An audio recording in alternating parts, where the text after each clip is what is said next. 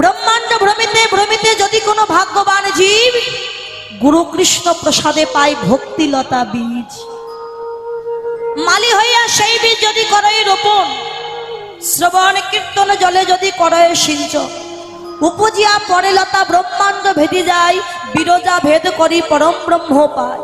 অনন্ত কোটি বিশ্ব ব্রহ্মাণ্ড ভ্রমণ করিতে করিতে কোন সাধুগুরু বৈষ্ণবের চরণে যদি একবার হাত পড়ে যায়, আমরা অনেকে আছেন কি বলি, ও কার পায়ে হাত দিয়ে প্রণাম করব? আমাদের গ্রামে দুই একটা বৈষ্ণব আছে একদম ভালো না, মানে ওই একা ভালো আর সব খারাপ। মহাজন বললেন তোমার চোখ ভালো না, তাই তুমি ভালো জিনিস চেনো না। শিষ্য কাছে গুরুদেবের কাছে, গুরুদেব আমি ধনী হতে চাই, কি করলে ধন সম্পদের মালিক হতে পারবো? বাবা তাহলে এক কাজ কর, কোমরে একটা লোহার জালের কাঠি বেঁধেন। চেনেন না যে লোহার জালের কাঠি? মা জেলেদের কাছে থাকে লোহার জালের কাঠি, তা কোমরে বেঁধে সমুদ্রের ধার দিয়ে হেঁটে যায়, যে পাথরগুলি দেখতে পাবে ওই পাথরে ওই লোহার কাঠি পরশ করবে। পরশ করতে করতে যে পাথরের পরশ পেয়ে লোহার কাঠি সোনা হবে, ওই পাথরটা যত্ন করে ঘরে এনে তুলে রাখবে। ওটি হলো পরশ পাথর। ওই পাথর যেখানেই পরশ করবে সোনা হয়ে যাবে, নিজে বড়লোক হতে পারবে, জগৎকে বড়লোক করতে পারবে। তা শিষ্য কোমরে লোহার জালের কাঠি বেঁধে সমুদ্রের ধার দিয়ে হেঁটে যাচ্ছে, দেখলো কতগুলো পাথর পড়ে আছে, একটা টেরা, একটা কুজো, একটা ভাঙা, একটা বাঁকা। তো মনে করলো ওগুলো পরশ পাথর নয়, পরশ পাথর নিশ্চয়ই খুব সুন্দর দেখতে হয়। ওই যে ভালো খোঁজ করতে গেল, খারাপের মধ্যেই পরশ পাথরটা বাদ পড়ে গেল। মহাজন বললেন বৈষ্ণবের বিচার করো না, যে খারাপ, ও চরিত্র খারাপ, ও দেখতে ভালো না, এই বৈষ্ণবের বিচার তুমি করো না। যাকে পাবে তার পদধূলি অঙ্গে মাখো, মাখতে মাখতে যিনি প্রকৃত বৈষ্ণব তার চরণে যদি একবার হাত পড়ে যায়, মানব জীবন ধন্য হয়ে।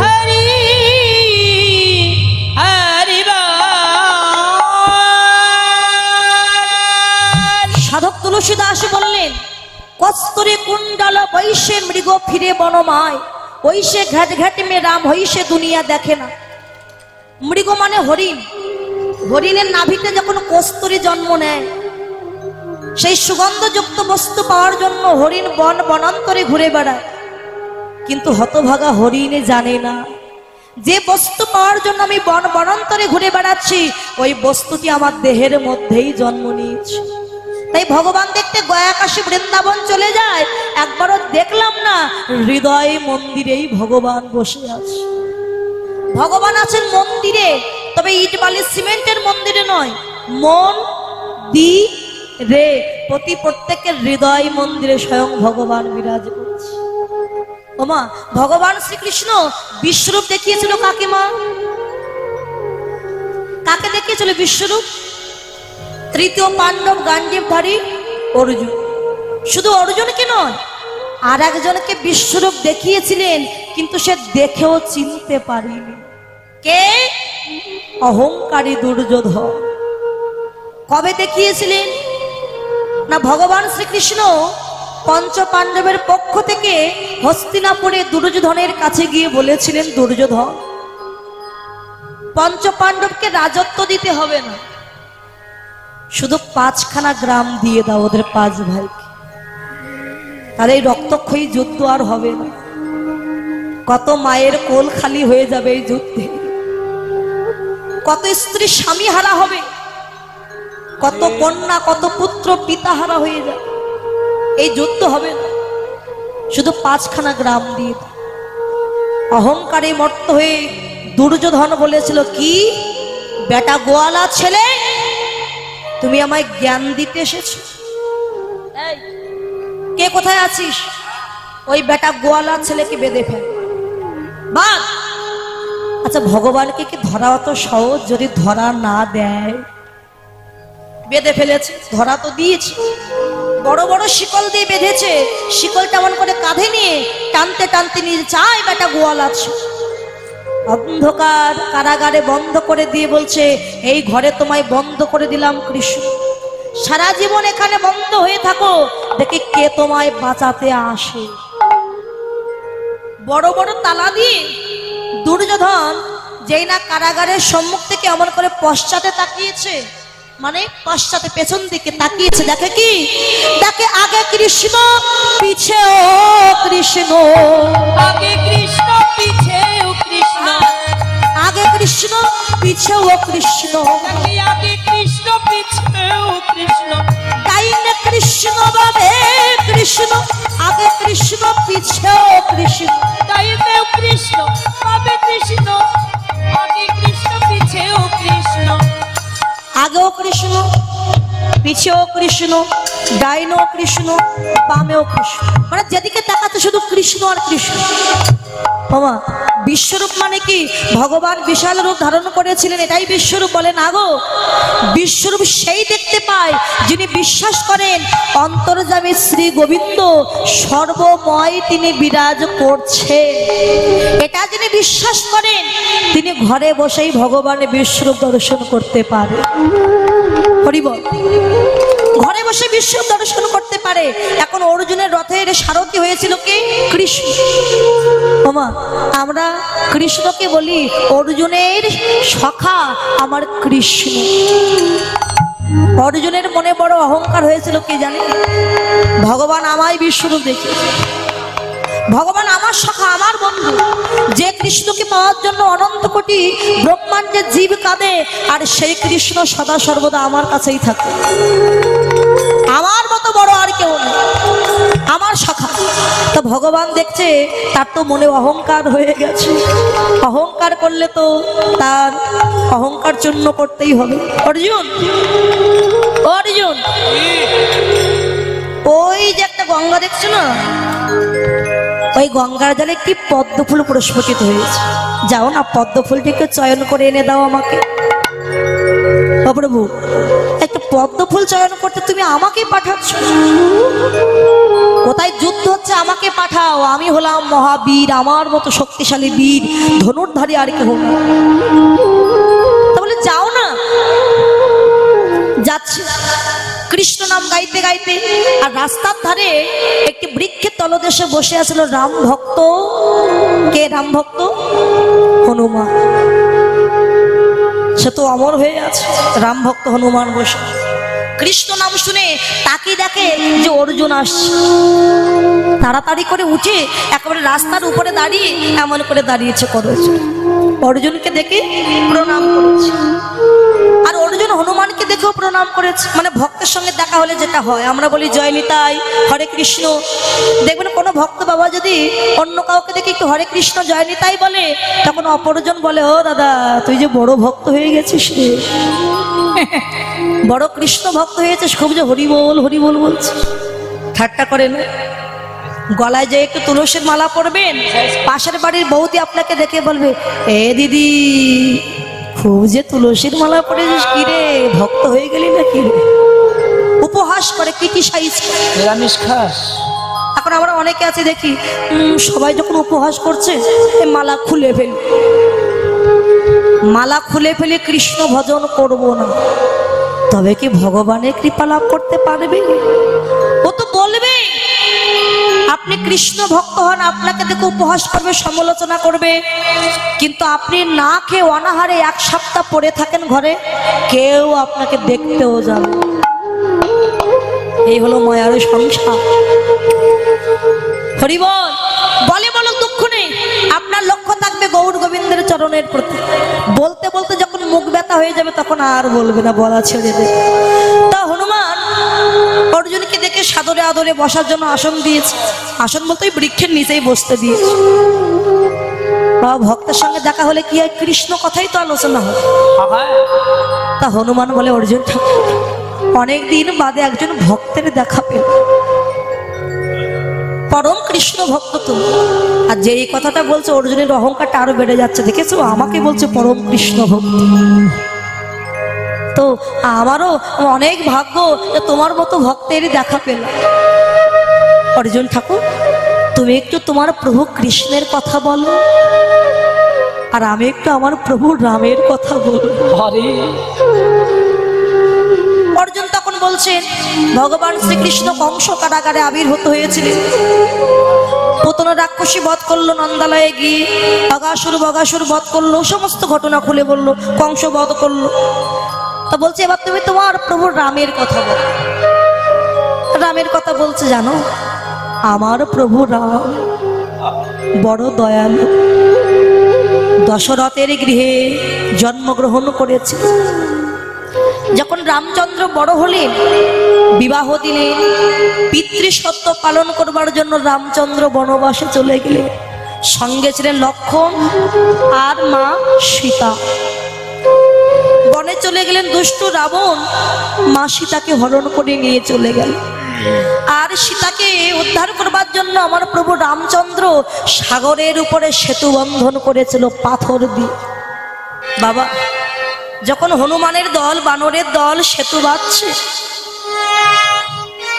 দেখতে পেলে ছোট্ট একটা কাঠবিড়ালি। কাঠবিড়ালি দেখছে সবাই প্রভু রামের সেবায় লেগে গেছে। আমি কি প্রভু রামের সেবায় লাগতে পারবো না? আমি তো বড় বড় পাথর তুলতে পারবো না। তা সে কি করছে, ওই পাথরগুলো যখন জলে ভাসিয়ে দেওয়া হচ্ছে, মাঝখানে তো ফাঁকা থাকে বাবা। কাঠবিড়ালি সাগরে স্নান করে তীরে এসে বালি মেখে ওই পাথরের ফাঁকায় গিয়ে গা ঝাড়া দিচ্ছে, মানে বালি দিয়ে অন্তত ওটা সমান করে দেবে। তা প্রভু রামচন্দ্র অনেকক্ষণ ধরে লক্ষ্য করলো, কাঠবিড়ালিটাকে নিয়ে হাতে তুলে বলছে, কি রে, অমন করে সাগরে স্নান করে তীরে থেকে বালি মেখে ওই পাথরের ফাঁকায় গিয়ে ফেলছিস কেন? তখন কাঠবিড়ালি কেঁদে বলেছিল, দয়াময়, সবাই তো তোমার সেবায় লাগতে পেরেছি, আমি তো তোমার সেবায় লাগতে পারবো না। এই বড় বড় পাথর তোলার ক্ষমতা আমার না। তাই আমি তোমার সেবা করবার জন্য তীর থেকে বালি মেখে ওই পাথরটায় ভরাট করে দিচ্ছি, যাতে সমান হয়ে যায়, আমিও তোমার সেবায় লাগতে পারি। রামচন্দ্র বললেন, আমার স্ত্রী হরণ হয়ে গেল, আমি বসে আছি, আর তোরা ছোট্ট প্রাণী হয়েও আমার সেবায় লেগে গেলি, এত কষ্ট করছিস তো। রামচন্দ্র কাঠবিড়ালির পিঠে হাত বুলিয়ে দিয়েছিল। ওই যে হাত বুলিয়ে দিয়ে আশীর্বাদ করলো, যা আজ থেকে সদা সর্বদা তোর পিঠের উপরে আমার হাতের আঁচড়, আঙুলের আঁচড় থাকবে। সেই থেকে কাঠবিড়ালির পিঠে দেখবেন ওই হাতের আঁচড়ের মতো দাগ বাবা। এটাই হচ্ছে প্রভু রামচন্দ্রের আঙুলের ছাপ। এখন রামচন্দ্র সেতু দিয়ে বানর দলকে নিয়ে সেতু বন্ধন করলো। যখন বাবা এই কথা বললো, অর্জুন বলতে, আচ্ছা হনুমান, তোমার রাম যদি ভগবান হবে, সে কেন পাথর দিয়ে সেতু বানাতে গেল? সেতু বানাতে তো অনেক দিন সময় নষ্ট হলো, কেন বানাতে গেল? রাম কি পারতো না বান নিক্ষেপ করে বানের সেতু তৈরি করতে? জানো, তোমার রামের জায়গায় যদি আমি থাকতাম, আমি মহাধনুর্ধারী, আমি 5 মিনিটের মধ্যে একটা বানের সেতু তৈরি করে ফেলতাম। কেমন ভক্তরা, কেমন ভগবান রাম যে বান দিয়ে সেতু বানাতে পারলো না, কেমন ক্ষমতা বাবা। যে যার ভক্ত, তাকে যদি কেউ অপমান করে মনে তো ব্যথা লাগবে। হনুমান বলছে, অর্জুন ঠাকুর, তুমি কিন্তু আমার প্রভু রামকে অপমান করছো। হ্যাঁ করছি, 100 বার করব। রাম কেমন ভগবান, সে কেন বান দিয়ে সেতু বানাতে পারলো না? জানো, আমি এক্ষুনি 5 মিনিটের মধ্যে এই গঙ্গার উপর দিয়ে একটা বানের সেতু তৈরি করতে পারি। হনুমান বলছে, তোমার কেমন ক্ষমতা, করে দেখাও। বাবা একটা তীর হাতে নিয়ে কৃষ্ণ নাম স্মরণ করে যেই না বানটা নিক্ষেপ করলো, ওই নদীর উপর একটা মজবুত সেতু নির্মাণ হয়ে গেল, বানের সেতু। হনুমান বলছে, জানো, তোমার এই মজবুত সেতু আমার একটা চরণের ভার তাই কখনো বইতে পারে না। কি চ্যালেঞ্জ করছো তুমি আমার সাথে? শোনো হনুমান, তুমি যদি আমার এই সেতুটাকে ভাঙতে পারো, আমি প্রতিজ্ঞা করলাম আমি অগ্নিতে প্রবেশ করব, মানে আগুনে প্রবেশ করব। ঠিক আছে, করো। সঙ্গে সঙ্গে হনুমান বিশাল রূপ ধারণ করে প্রত্যেকটা লোমকূপে এক একটা করে পাহাড় পর্বত বেঁধে ফেলেছে। বেঁধে জয় শ্রীরাম বলে যেই না চরণটা সেতুর উপরে দিল, বাবা একেবারে সেতুটা অতল বিতল সুতল মহাতল তলাতল রসাতল পাতাল একেবারে পাতালে চলে গেছে। কি ব্যাপার অর্জুন, তোমার সেতু তো আর রইল না। অর্জুন দেখছে আমার সেতু ভেঙে গেছে, তাহলে আমি চ্যালেঞ্জে হেরে গেছি, আমি আর বাঁচবো না। বাবা সে একটা বাণ দিয়ে অগ্নি সৃষ্টি করে যেই না অগ্নিতে প্রবেশ করতে যাবে, যাওয়ার আগে দুটি করজোরে বলে, হে কৃষ্ণ দয়াময়, মৃত্যু হয়ে যাবে একটু পরে, আমার তাতে দুঃখ না, মৃত্যুর আগে যদি তোমার বদনটা একবার দেখতে পেতাম। বাবা যে কৃষ্ণ নাম স্মরণ করে, কৃষ্ণকে তাকে কৃপা করবে না অবশ্যই। ভগবান তখন একটা ব্রাহ্মণ রূপ ধারণ করে ওই অর্জুনের কাছে এসে অর্জুনের করখানা জড়িয়ে ধরেছে। অর্জুন কোথায় যাচ্ছ তুমি? আরে বলো না ব্রাহ্মণ ঠাকুর, আমি ওই হনুমানের কাছে চ্যালেঞ্জে হেরে গেছি। চ্যালেঞ্জ করেছো? কি চ্যালেঞ্জ করেছো? আমি বলেছি রাম যদি ভগবান হবে কেন সে বানের সেতু নির্মাণ করলো না? পাথর দিয়ে সেতু বানাতে গেল, আর আমি 5 মিনিটের মধ্যে বানের সেতু বানাবো, আমি বানিয়েছি। আর হনুমান বলেছিল আমার একটা চরণের ভার কখনো ওই সেতু বইতে পারবে না। বাবা ব্রাহ্মণ রূপী ভগবান কৃষ্ণ বুঝেও না বোঝার ভান করছে। অর্জুন আমি তো তোমার কথা কিছু বুঝতে পারছি। সে কি বুঝতে পারছো না? বলে না, তবে এক কাজ করো, যেটা তোমরা আগে করেছো আবারও সেটা করে দেখো, চলো ওই গঙ্গার ঘাট। অর্জুন বলছে আমি বলেছিলাম বানের সেতু বানাবো, হ্যাঁ বানাও। আবার একটা তীর নিক্ষেপ করে বানের সেতু নির্মাণ করলো, মজবুত সেতু। হনুমান তুমি কি বলেছিলে? বলে আমি বলেছিলাম আমার চরণের ভার ওই সেতু কখনো বইতে পারবে, করে দেখাও। আবার বিশাল রূপ ধরে এক একটা লোমকূপে পাহাড় পর্বত বেঁধে জয় শ্রীরাম বলে যেই না চরণটা দিল, বাবা ভাঙা তো দূরের কথা, সেতুটা একটু নড়লো না। সেতু একটু আগে সেতুটা ভেঙে গেল, এখন আর ভাঙছে না কেন? বাবা এক পা দুপা করে একেবারে এ প্রান্ত থেকে ও প্রান্তে চলে গেছে, ও প্রান্ত থেকে এ প্রান্তে এসেছে, কিন্তু সেতুটা ভাঙলো না। হনুমান তখন হেরে গেছে, মাথাটা নিচু করে ওই জলের দিকে তাকিয়ে দেখছে, মানে হেরে গেছে বলে মাথা নিচু করেছে। হঠাৎ দেখছে ওই গঙ্গার জল রক্তে লাল হয়ে গেছে। আরে কি ব্যাপার, গঙ্গার জল রক্তে লাল হয়ে গেল কেন? হনুমান ছোট্ট রূপ ধারণ করে আবার যেই না ওই গঙ্গার জলে ঝাঁপ দিয়েছে, দেখে কি জানো ভগবান আমার ওই বানের সেতুটা কাঁধে নিয়ে দাঁড়ায় আছে,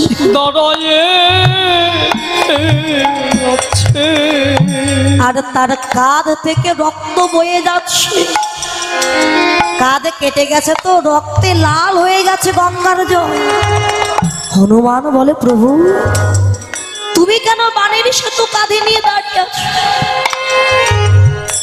ভগবান বলে হনুমান বানের সেতু কাঁধে নিয়ে যদি না দাঁড়িয়ে থাকি, আবার ভক্ত যে প্রাণ ত্যাগ করবে অর্জুন অগ্নিতে প্রবেশ করবে।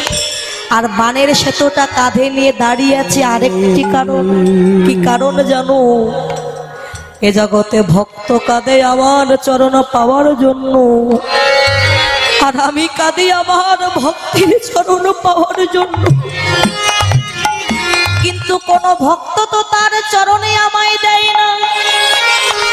তাই বানের সেতু কাঁধে নিয়ে যখন আমি দাঁড়াইছিলাম, তুমি যখন হেঁটে যাচ্ছিলে সেতুর উপর দিয়ে, ওগো হনুমান তোমার মতো ভক্তের চরণ ধুলি ঝরে পড়লো।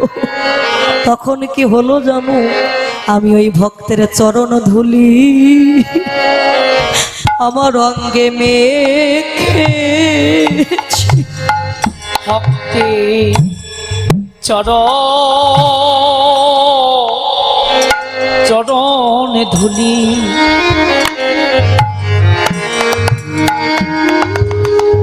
আমার অঙ্গে মেখেছি। ভক্তের চরণ ধুলে আমার অঙ্গে মেখেছি। আজ আমার জন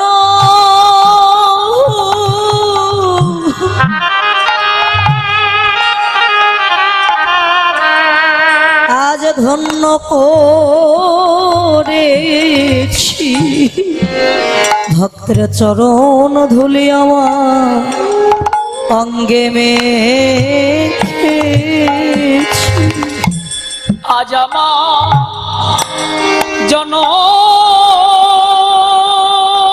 তাই গৌর হরি বল হরি বল।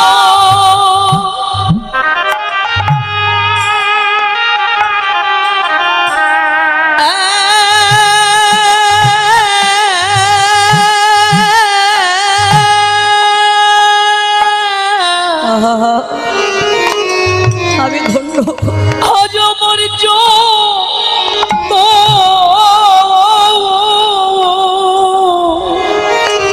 আমি ধন্য আমি ধন্য করেছি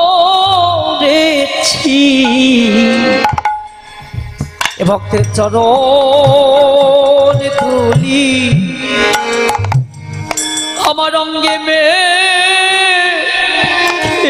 ভগবান বললেন আমা হতে আমার নাম বড়, নাম হতে ভক্ত বড়, আর ভক্ত হতে ভক্তের চরণের ধুলি আরো বড়।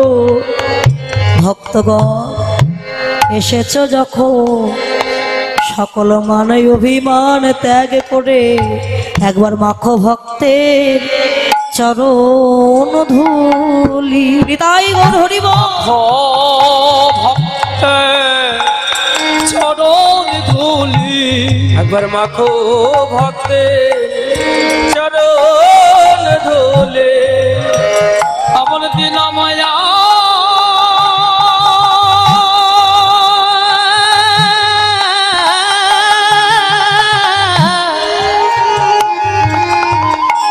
আমার আমার দিন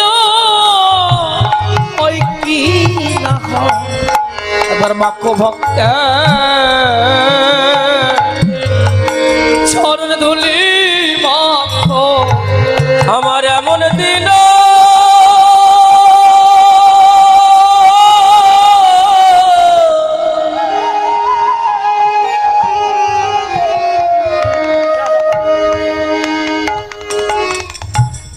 এমন দিন আমার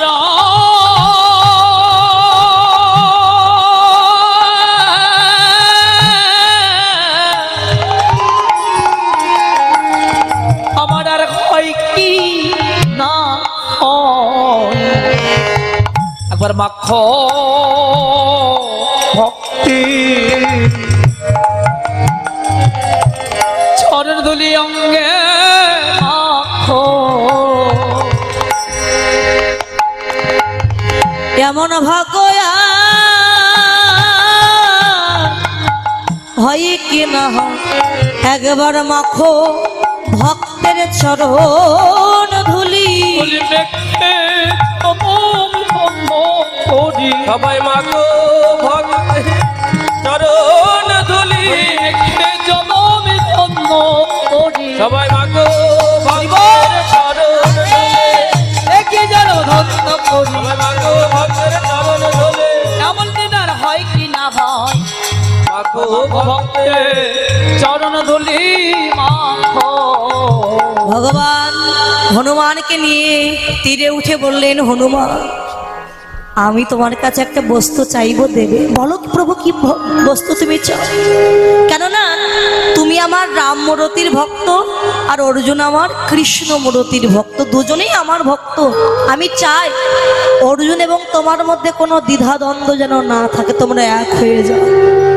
প্রভু তুমি যখন চাইছো অবশ্যই হবে, আমি কোনোদিন অর্জুনকে ত্যাগ করবো না।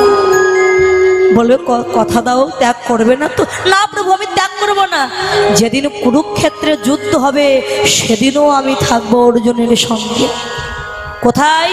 ওই যে অর্জুনের রথের যে ধ্বজা, ওই ধ্বজাই ছিল হনুমান। হনুমান ছিল বলে ওই রথখানার নাম হয়েছিল কপিধ্বজ রথ। অহংকার করলে ভগবান তার অহংকার চূর্ণ করেই বাবা। তাই ভগবান হৃদয় মন্দিরে আছে, এই হৃদয় মন্দিরের ভগবানকে একবারও চিনতে পারলাম। যিনি বৃন্দাবনে ছিলেন ব্রজেন্দ্র নন্দন কৃষ্ণ, মা যশোদার নয়নে নীলমণি কৃষ্ণ, মুনি ঋষি সাধক সাধিকা গন্ধর্ব কিন্ড হাজার হাজার বৎসর ধরে তপস্যা করছেন, ধ্যান করছেন যে চরণ কমল পাওয়ার জন্য, কিন্তু যে চরণ কমল লাভ করতে পারেন। আজ সেন বিরিঞ্চি বাঞ্ছিত ধন, এই কলির আরাধ্য দেবতা পতিতে পাবন আমার গৌরাঙ্গ সুন্দর। আজ আমাদের মতো অত্যাচারী পাপাচারী, এই ব্যভিচারী দুরাচারী কৃষ্ণ ভোলা জীবিত উদ্ধার করবার প্রত্যাশা শ্রীধাম নদিয়া নবদ্বীপের মাঝে গৌর হয়ে আবির্ভূত হয়েছে। সত্যযুগে মুর নামক অসুরকে বধ করে ভগবানের নাম হয়েছিল মুরারি। ত্রেতা যুগে রাবণ বধ করে নাম হলো রাবণারী। দাপর যুগে কংস বধ করে নাম হলো কংসাহারী। আর কলিযুগে আমাদের মতো অজ্ঞান জীবীকে উদ্ধারের জন্য নাম নিয়েছেন চৈতন্য গৌর হরি। কলিযুগে তিনি কাউকে প্রাণে মারেননি বাবু। রাম আদি অবতারে ক্রোধে যুদ্ধে অস্ত্র ধরে অসুরেরও করিল সংহার। এবে অস্ত্র না ধরিব, প্রাণে কারো না মারিব, হরিনাম দিয়ে চিত্ত শুদ্ধি করিব। ব্রত নিয়েছিলেন তিনি। অন্যান্য যুগে যুদ্ধ করেছে, অসুর বধ করেছে, কিন্তু কলিযুগের যুদ্ধ নয়। কি দিয়ে উদ্ধার করবো কলিজীবকে? একমাত্র মধুমাকা হরিনাম দিয়ে আমি উদ্ধার করব। এই ভক্তের ভগবান এসেছিলেন কবে? গৌর হরি আজ থেকে আনুমানিক 540 বৎসর আগে শ্রীধাম নদিয়া নবদ্বীপের মাঝে তিনি আবির্ভূত হয়েছিলেন। 1407 শতাব্দে, 1486 খ্রিস্টাব্দে, 891 সালে 23শে ফাল্গুন চতুর্দশী তিথি উত্তীর্ণ হওয়ার সঙ্গে সঙ্গে উদয়গিরি ভেদ করে নবদ্বীপ সদৃশ উদয়গিরিতে ভক্তের ভগবান উদয় হয়েছিল।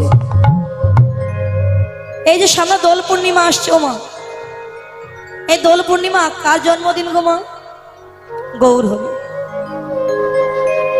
এই দোল পূর্ণিমা যে গৌর হরির জন্মদিন, এটা কিন্তু আমরা অনেকেই জানি না।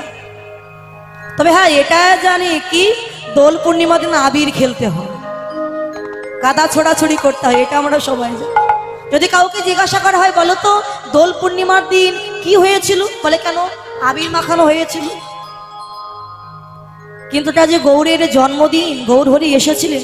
আচ্ছা, এত পূর্ণিমা থাকতে দোল পূর্ণিমার দিন কেন গৌর হরি এলেন? সামনে তো দোল পূর্ণিমা আসছে মা, আর কয়েকদিন বাদেই হলো দোল পূর্ণিমা। ও রং খেলবে ও মা, এই দোল পূর্ণিমার দিন কেন ভগবান এলেন? আরো তো পূর্ণিমা ছিল, কেন দোল পূর্ণিমার দিন তিনি এলেন না? ভক্তের ভগবান প্রতিজ্ঞা করেছিলেন যে কলির জীবে যেদিন কাঙাল হবে, আমি কলির জীবকে কৃপা করবার জন্য কাঙালের ঠাকুর আবির্ভূত হব। তাহলে কলির জীব কাঙাল হয়েছিল কবে? বলে দোল পূর্ণিমার দিন।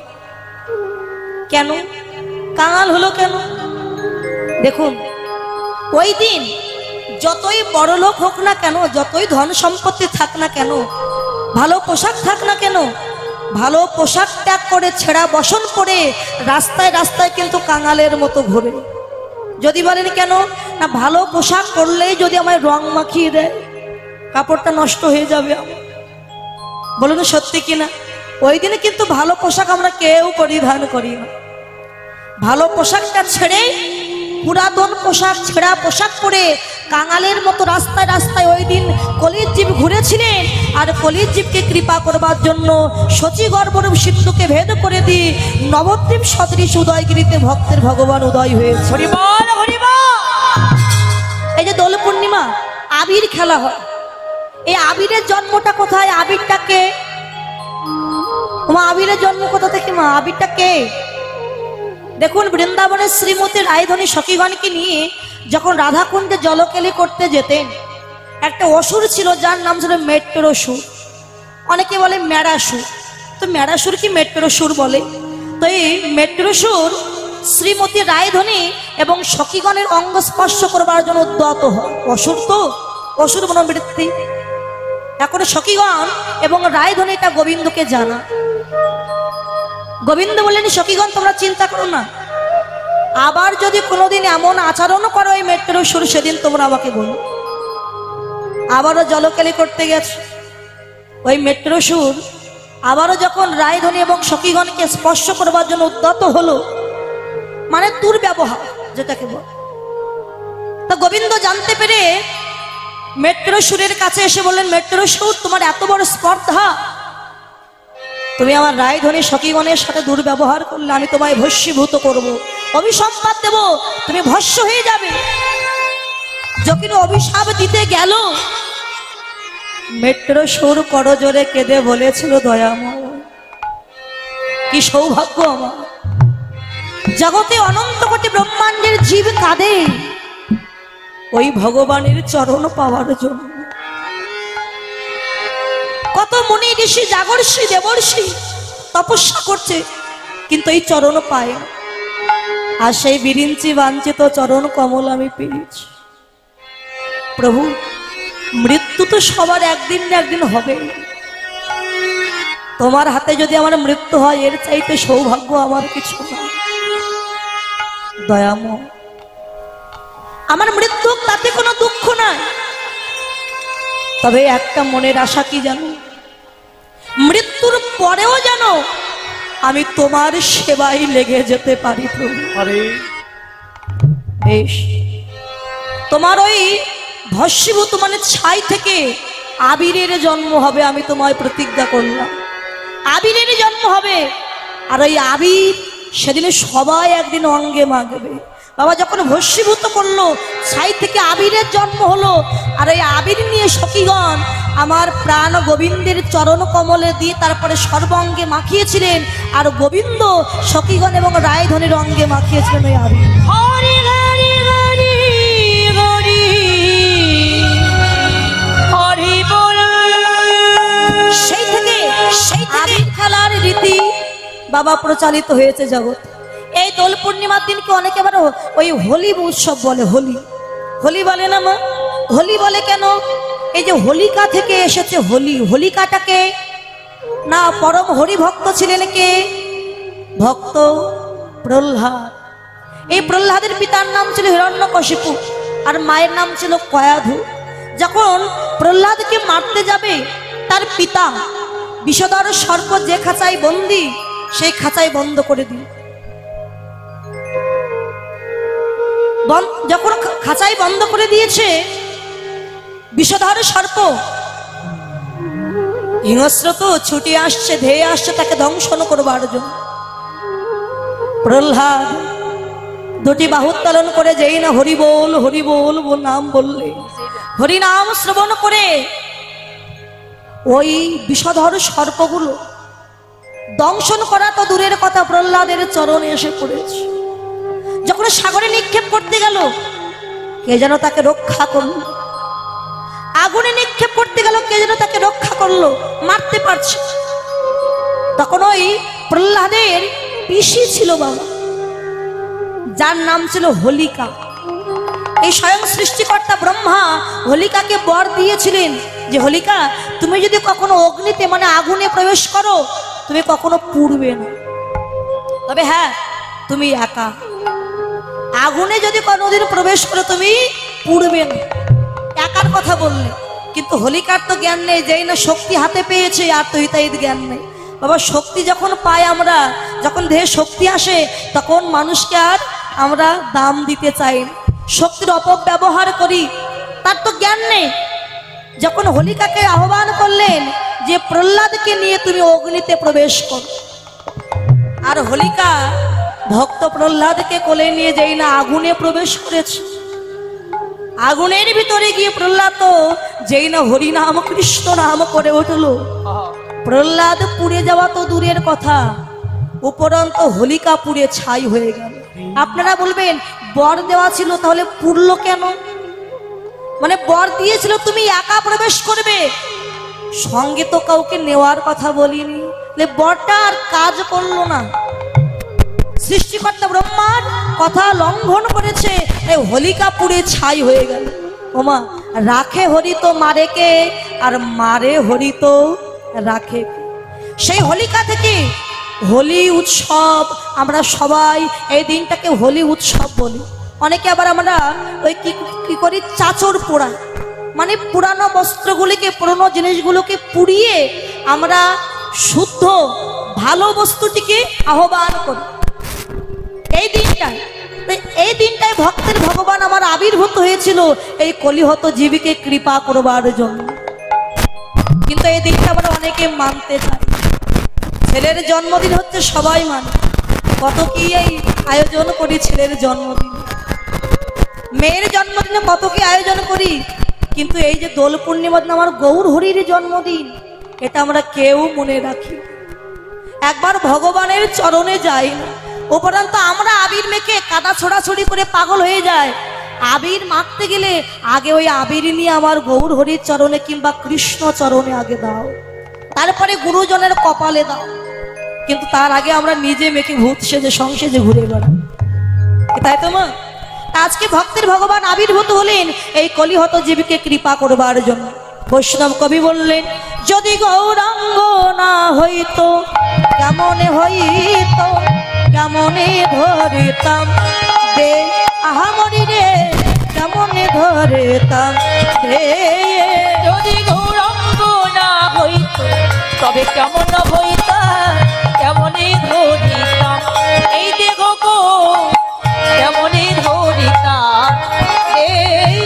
আর শ্রী রাধা মহিমা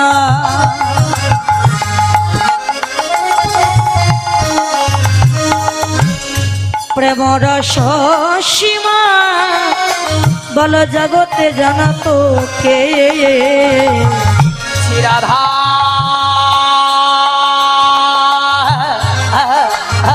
মহিমা,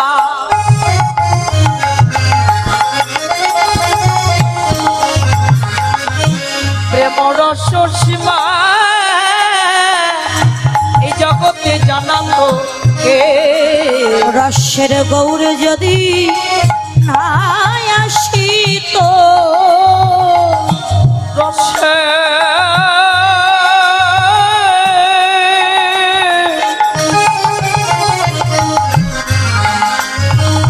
রসের গৌর যদি নায়া সীতা, এই রসের গৌর যদি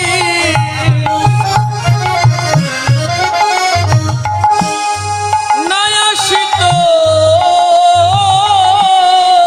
তবে রাধা তত্ত্ব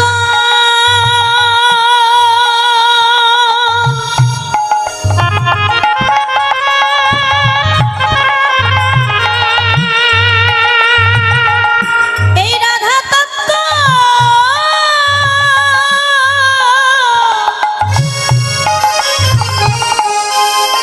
বলকে যা কে জানা তো রসের গৌর যদি নাই আসিত, বলো রাধা তত্ত্ব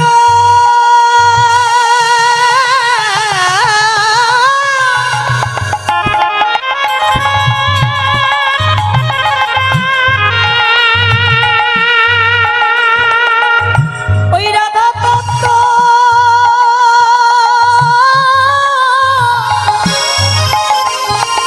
কে জানো তো,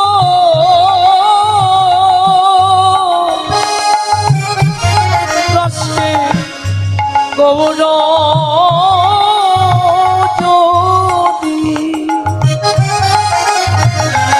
নায়া সীতা, বলকে জানা তো, এই জানা বলকে জানা তো, কি জানা তো আমার গৌর যদি নাই আসিত, এই রাধা তত্ত্ব কে জানা তো, আমার গৌর যুগ নায়া সীতা, এই রাধা তত্ত্ব কে জানা তো, আমার গৌর যদি নায়া সীতা, বলো রাধা তত্ত্ব কি জানো তো, আমার গৌর যদি নায়া সীতা, বলো রাধা তত্ত্ব কি জানো তো, গৌর যদি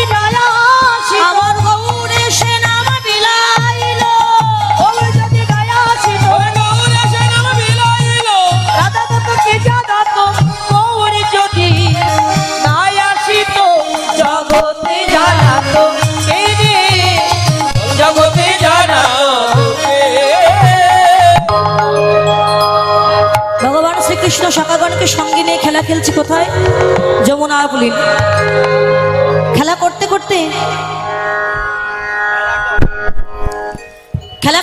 এমন সময় তাকে দেখে গগনে আর বেলা। ওমা, ঘরে তো যেতে হবে, তাই প্রাণ গোবিন্দ তাকে দেখবেন গগনে আর বেলা নয়, ঘরে যেতে।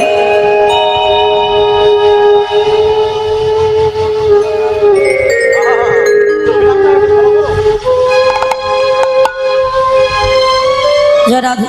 তা গোবিন্দ শ্রীরামকে ডাক দিয়েছে, শ্রীরাম, এই শ্রীরাম, সে দেখ গগনে আর বেলা। মরম সখারে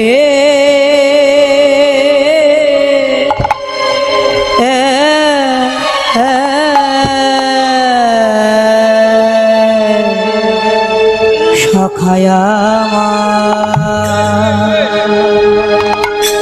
ওই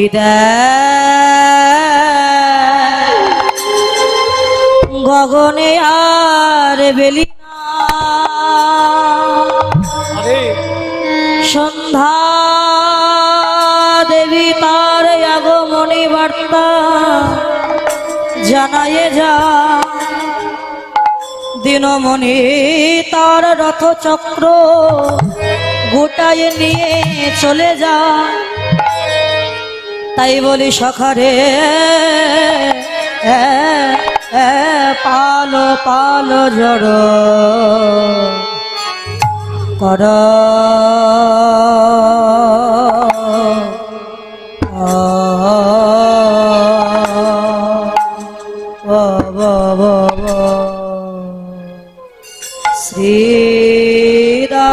শ্রীরাম আয়া আয়া পালো জড় কর শ্রীরা বাবা আয়া আনো আয়া আয়া হে গো শানদাউশি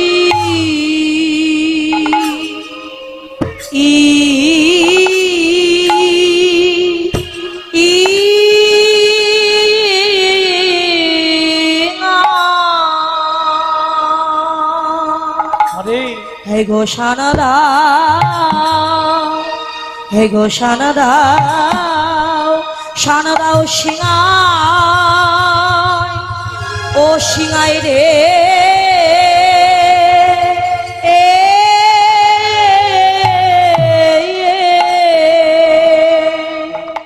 মরম সখারে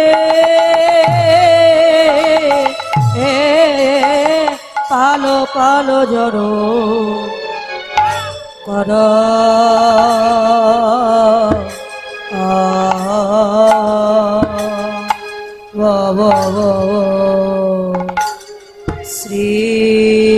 শ্রীরাম বৈদা গগনেয়া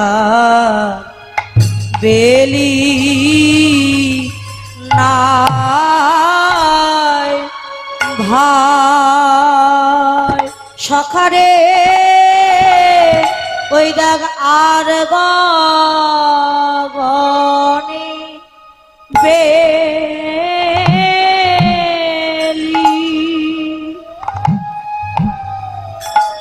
নাই ভাই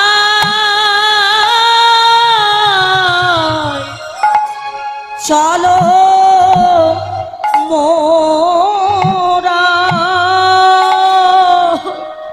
চলো মোরা ঘরে ফিরে যাই সখারে আর গগনে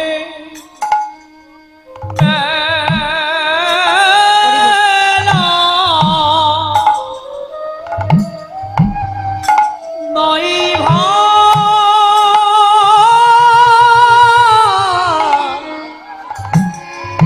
চলে না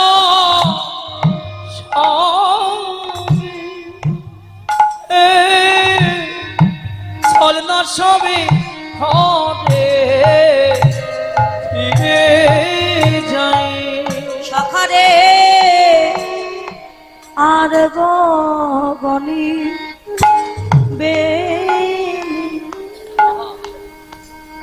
নাই ভাই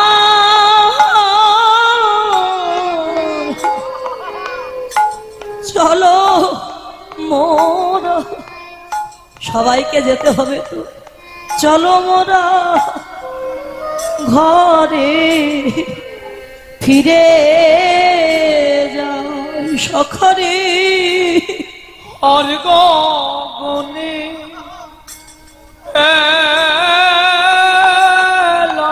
তাকিয়ে দেখো জীবন বেলা ডুবে যায় সবাইকে একদিন যেতে হবে জন্মালেই মৃত্যু হবে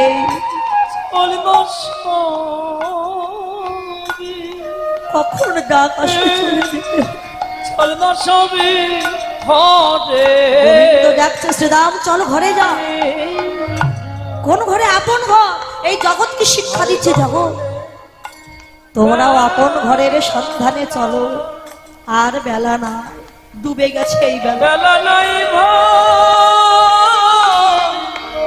চল না ঘরে ওরে চল না ঘরে ফিরে যায় ভাই ওরে আয়ু সূর্য অস্ত চলে যা চলো মোরা, চলো মোরা ঘরে ফিরে যাও আয়ুষ করিত অস্তিত্ব গেল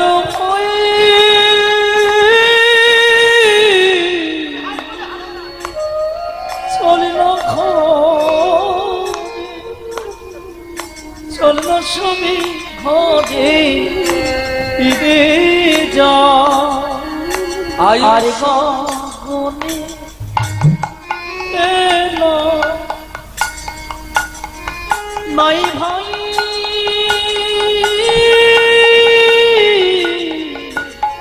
চল না ঘরে চল না ঘরে ঘরে ফিরে যা আর গগনে চল ভাই আমরা ঘরে যা মা কাঁদছে মা নাম করছে কখন আবার গোপাল ঘরে আসে আমরা যেমন মাতৃগর্ভে ছিলাম ভগবানকে কথা দিয়েছিলাম প্রভু আয়ুষ করিত জগৎ মাঝে নিয়েছেন জগতে গিয়ে তোমার নাম গুণকীর্তন করে সকাল সকাল ঘরে আসো মায়ার সংসারে পড়ে স্ত্রী পুত্র পেয়ে সবাই তার কথা ভুলে গেছে তাই গোবিন্দ ডাকছে দুটি বাহু উত্তোলন করে কখন যে মায়ার সংসারে খেলা করতে করতে আয়ু সূর্যটা ডুবে গেছে সেদিকে আমাদের কারোর লক্ষ্য না তাই গোবিন্দ বললেন ভাই চল আর দেরি করিস চল না ফিরে ঘরে যায় ভাই গগনিয়া বেলা নাই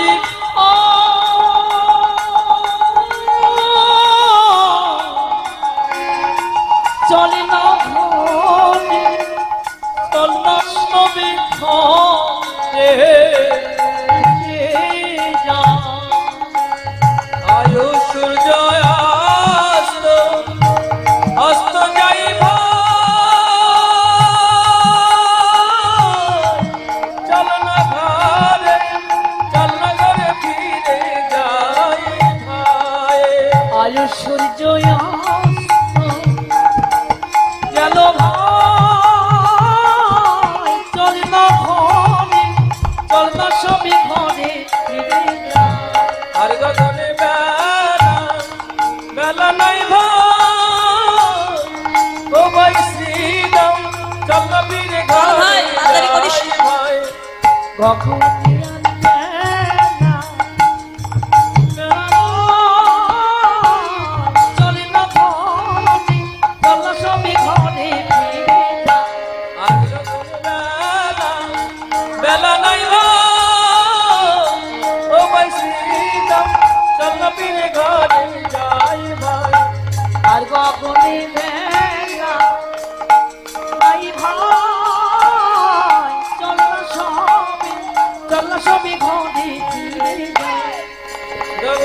বেলা বেলা নাই ভাই ও বসিত স্বপ্ন ফিরে ঘরে যায় ভাই কবলিয়ার বেলা নাই এই সুদাম ধন্যবাদ সাগত্র পথ চল ঘরে সবে ঘরে আর দেরি করিস না আর গগনে বেলা বেলা নাই ভাই চল ঘরে ফিরে যায় ভাই কবলিয়ার বেলা দাদাই চল ঘরে নিতাই গৌর হরি বল ফিরে যায় আর গগনে বেলা বেলা নাই ভাই চল ঘরে রাধে রাধে হরি হরি বল গগনে বেলা বেলা নাই ভাই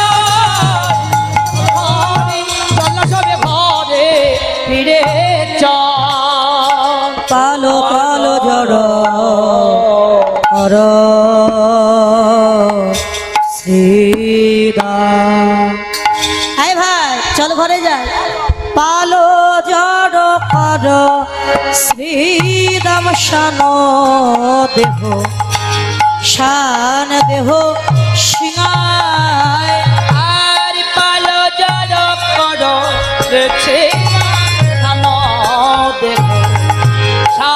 দেহ শিগায় আর পালো যাব কালো শ্রীরাম শানো দেহ সিংহা আর সঘরে বিষম খাই ভাই নাম করে মা আর সগনে বিষম খাই ভাই নাম করে মা একবার বাজারে বাজারে বাজারে বাজারে একবার বাজারে বাজারে বাজারে বাজারে ও তোর ছাদ মুখে বেনু দিয়ে বাজারে বাজারে চাঁদ মুখে বেনু দিয়ে বাজারে বাজারে ওরে চাঁদে মুখে বেনু দিয়ে বাজারে বাজারে ওরে ছাদ মুখে বেনু দিয়ে বাজারে বাজারে ওই না চাঁদ মুখে বেনু দিয়ে বাজারে বাজারে চাঁদে মুখে বেনু দিয়ে বাজারে বাজারে চাঁদ মুখে বেনু ওরে ধবলি শ্যামলি বলে হরি হরি বল ওরে ধাবলি শ্যামলি বলে চাঁদ মুখে বেনু দিয়ে ওরে ধাবলি শ্যামলি বলে চাঁদ মুখে বেনু দিয়ে ধাবলি শ্যামলি বলে চাঁদ মুখে বেনু দিয়ে বাজারে বাজারে আর সাগানে বিষম খাই ভাই নাম করে মায়ে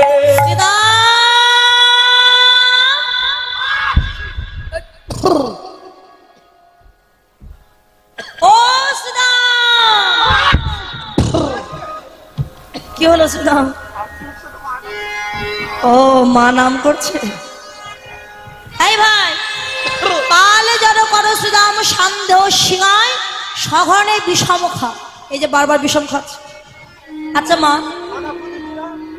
মাথা দিতে হয় যখন আমরা বিষম খাই কি বলি কে নাম করছে মা তা কেন বাবার কথা তো কেউ বলি বাবা কি কেউ নয় শুধু মা বলি মায়ের নাম করছে এটা তো বহিরঙ্গ বাবা বিষম খেলে আমরা বলি মা নাম করছে আজকে গোবিন্দ বলছে আমার মা নাম করছে নইলে ঘন ঘন বিষম খাবো কেন চল ঘরে ফিরেছে এটা বহিরঙ্গ আর অন্তরঙ্গে বললেন ওরে বেলা তো চলে যায় জীবন বেলা তাই গোবিন্দ বললেন পাল ফিরাও কোন পাল নবলক্ষ ধনুর পাল ফিরাতে বলছে বলে না দেহের মধ্যে যে পাল আছে 10 ইন্দ্রিয় ষড়রিপু এই পালগুলো ফিরিয়ে চলো সকাল সকালে কৃষ্ণ ভজন পথে এগিয়ে যায় আমরা এই সুদাম শান দেহ সিংহাই এই ধনু তো ফিরাবি সিংহাই শান দে কোন সিংহা বলে ঘোড়ার সিংহায় ঘোড়ার সিং আছে না মা ঘোড়ার সিং আছে হাতিরও সিং আছে মায়েরা বলছে ঘোড়ার সিং নেই গো মা মহিষের সিং আছে শিং দিয়ে শিঙা বানাতে হয়, শঙ্কের মতো আওয়াজ হয়।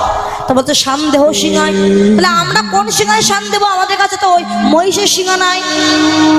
বলে বদনের শিঙায় শান দাও উলুধ্বনি আর হরিধ্বনি, কৃষ্ণ নাম করে এই বদনের শিঙায় একবার সবাই মিলে শান দাও।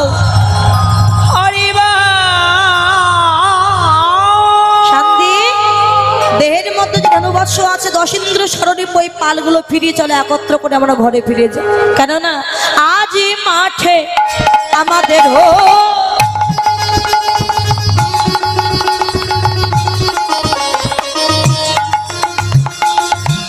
বিলম্ব দেখিয়া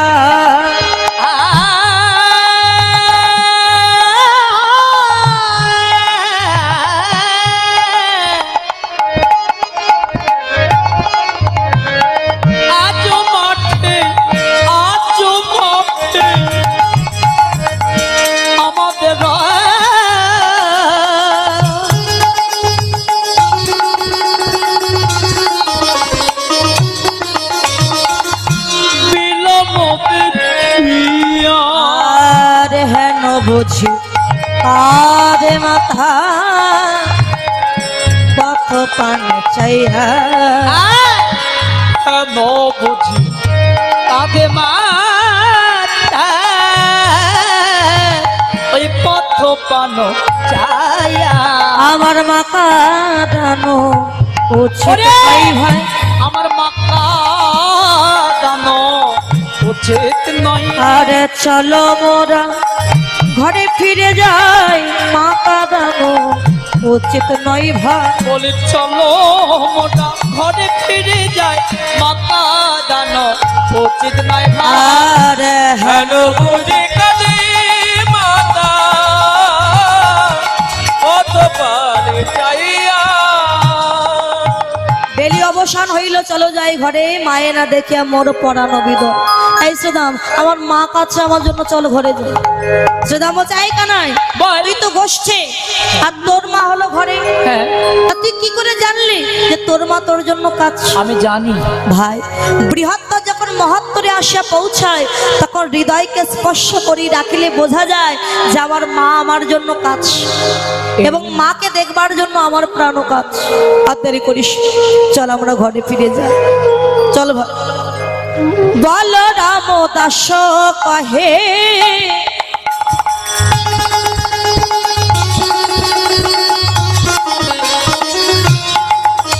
শুনে কানায়ের বল,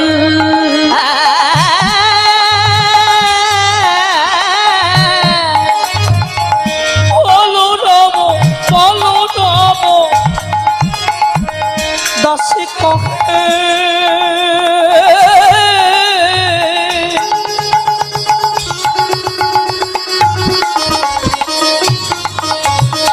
শুনি কানায়ের আর সকল রাখালো মাঝে পড়ে উত্তর, সকলরা ভালো মাঝে পরে এদের আনন্দ ধরে না রে আনন্দ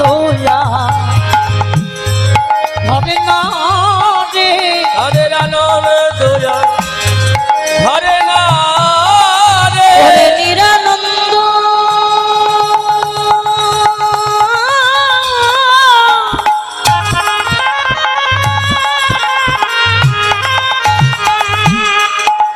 তুরে গেল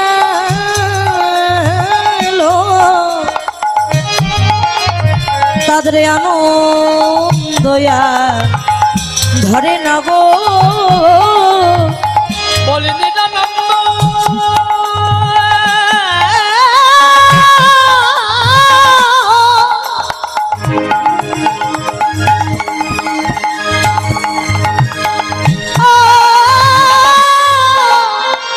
তুরে গেল আনন্দ ধরে না গো, আর সকল রাখালো মাঝে পরে উতারো, সকলরা খেলা মাঝে যেও তারা। চল ঘরে যাই আমরা।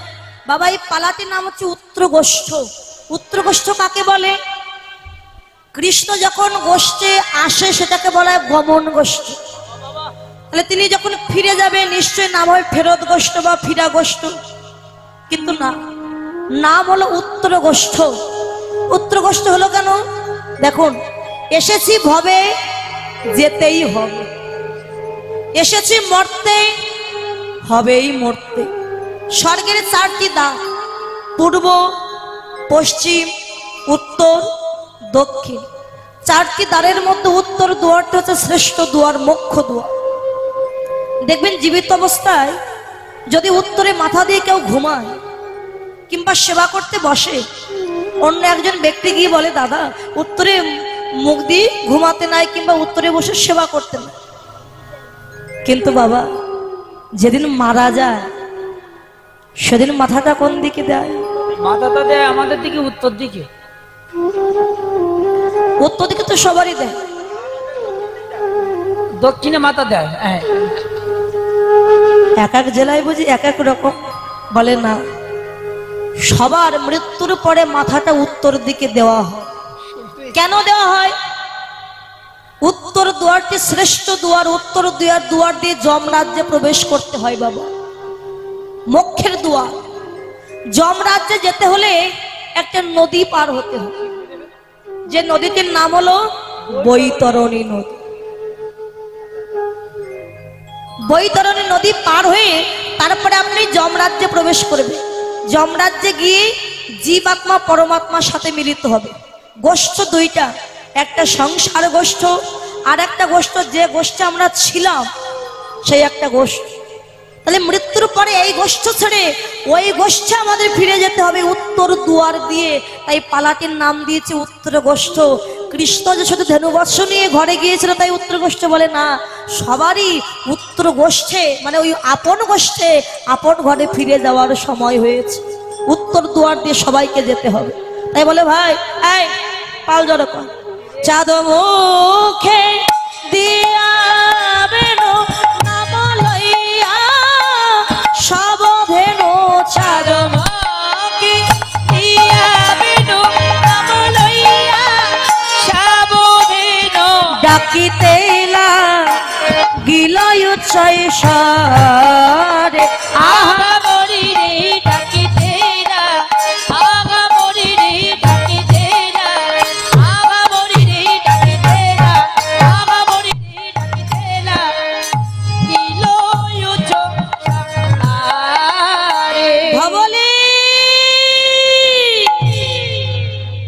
শ্যামলি শুনিয়া কানুর বেনু ঊর্ধ্বমুখে ধাই ধেনু পুচ্ছ ফেলি পিঠের উপর। কই ধবলি কই?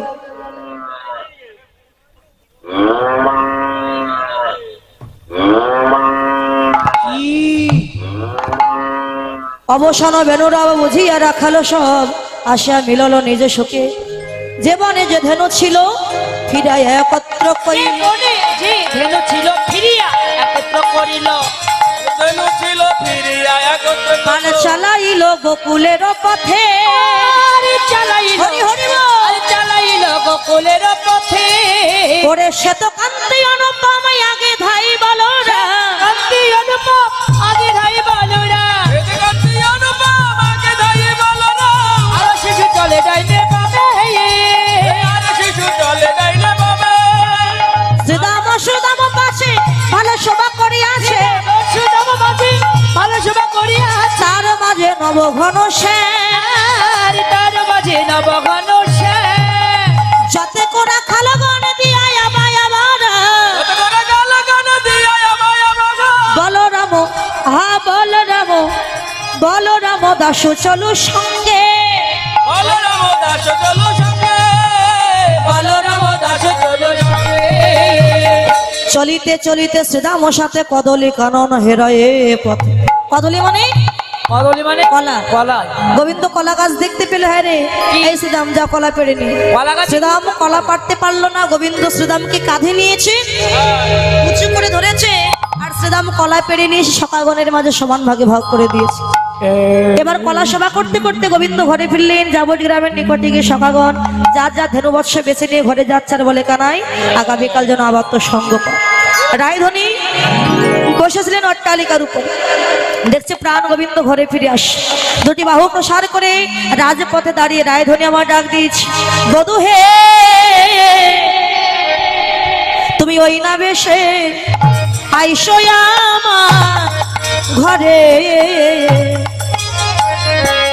তুমি ওই না বেশে আইসো অগবধূ হে ওই না বেশে আইসো আমার ঘরে, তুমি ওই না বেশে আইসো ওই মা যশোদা সাজানো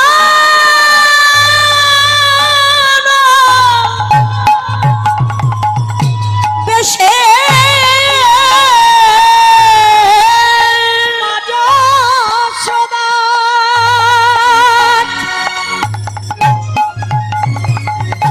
সাজানো বেশে মা যশোদার সাজানো বেশে আইসো তুমি আইসো আইসো, আমার ঘরে, তুমি এসো না বধূ হে, এসো না বধূ হে, ওরে মা যশোদার সাজানো বেশে এসো না বধূ হে, ওরে মা যশোদার সাজানো বেশে এসো না বধূ হে, আরে ওই না বেশে আইসো আমার ঘরে, ওই না বেশে আইসো আমার ঘরে। বধূ, রবি যখন বৈশ্য পাটে মই গেন যমুনার ঘাটে, তুয়া লাগে চাই চারি পানে, ব্রজের ও বালক যত সব চলে যাও তো, আজ তুমি সবার পিছে কেন, চঞ্চল ধবলে শনে কত না হেঁটেছে বনে, চাঁদ মুখ গিয়াছে শুকাইয়া আমার মন্দিরে যাইয়া কর্পূর তাম্বুল খাইয়া, আলিশ করহ তাহা গিয়া আমার হৃদয় মাঝে বিচিত্র পালঙ্ক আছে, আশেপাশে রসেরও বালিশ, তাহাতে শুতিবে তুমি চরণ চাপিব আমি, দূরে যাবে বনের ওই আলিশ, এখন আমি যাই ঘরে মায়ে যাই আরতি করে সকাশব করলো পয়ার, কহে দাস যদুনাথ পুরাও মনের কাম, পাছে তুমি করহ গমন। রাধে, এখন তুমি আমায় বিদায় দাও, নির্জন নিশীতে আমি তোমার মনোবাসনা পূর্ণ করব। এবার কৃষ্ণ গোপাল ঘরে ফিরলেন। নন্দ দুলাল বাছা যশোদা দুলাল নিতাই গৌর হরি বল।